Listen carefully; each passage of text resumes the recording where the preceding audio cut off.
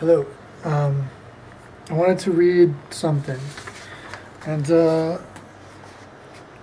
not something that I wrote, but it's something that Larry, the guy that we followed for the film, it's something that he sent me a couple weeks ago, and I asked him if he would mind if I talked about it on the site. A lot of the stuff that he mentions in this letter are things that other people that we met on the road, the things that a select handful of them have been generous enough to write to us and to go into some of their feelings. And it's kind of been interesting to watch at the different points, like 7 months out, a year and a half out after the trip, the way that they kind of go through the motions of coming back to your routine that you left before your trip. Probably more than half of you are going to think this sounds ridiculous, and that's okay. That's half the point of me reading it.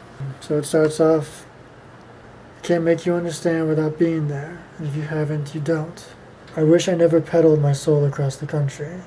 It's scattered in 15 states and parts of Canada. It's still floating in the Pacific and Atlantic. It's ruined me.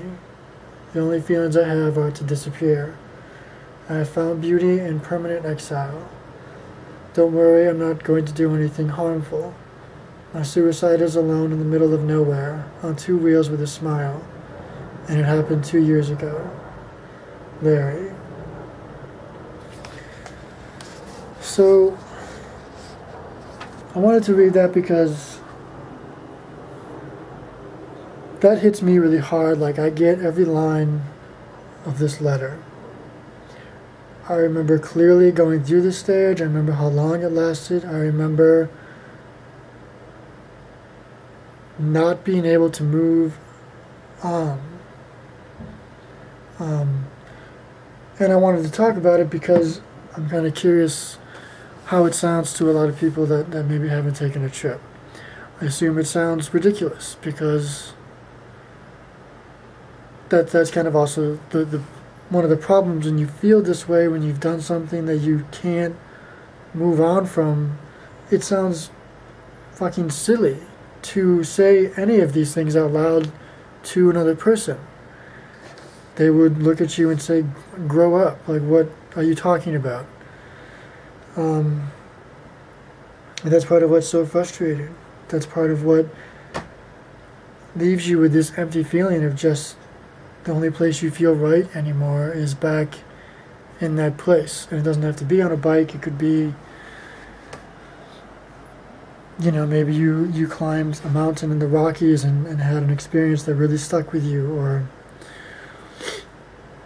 you traveled someplace and you can't get it out of your head. Yeah, I just thought that was a very emotional and honest and open letter that Larry sent me. And this line's interesting too. I know this sounds a bit heavy, but this line right at the end where he just says, my suicide is alone, in the middle of nowhere on 2 wheels with a smile, and it happened 2 years ago. Just because Larry's always been very poetic in the way he writes, but I think I understand exactly what he's trying to say there. It's not so much in the grim sense of what people would probably assume, but just when you come back, you do not feel like yourself. There was also another thing that I can remember off the top of my head that I wanted to mention.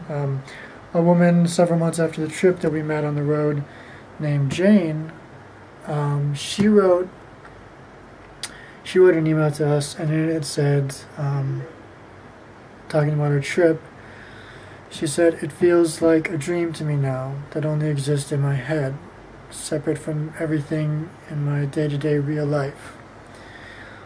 And that's kind of the same thing that Larry's talking about here, that it really feels like a different person, a different life, it just does not feel like you anymore. And like, I know that sounds overdramatic, and you know that's part of the difficulty in doing this. When you come back to your friends, you can't really explain what the experience was like because it just sounds silly out loud. I don't know. I still don't know, even 6 years later. I guess that's it for now. This is a pretty long video update, so please leave a comment talking about how this letter sounds to you, how these feelings come across, and that's it. Bye.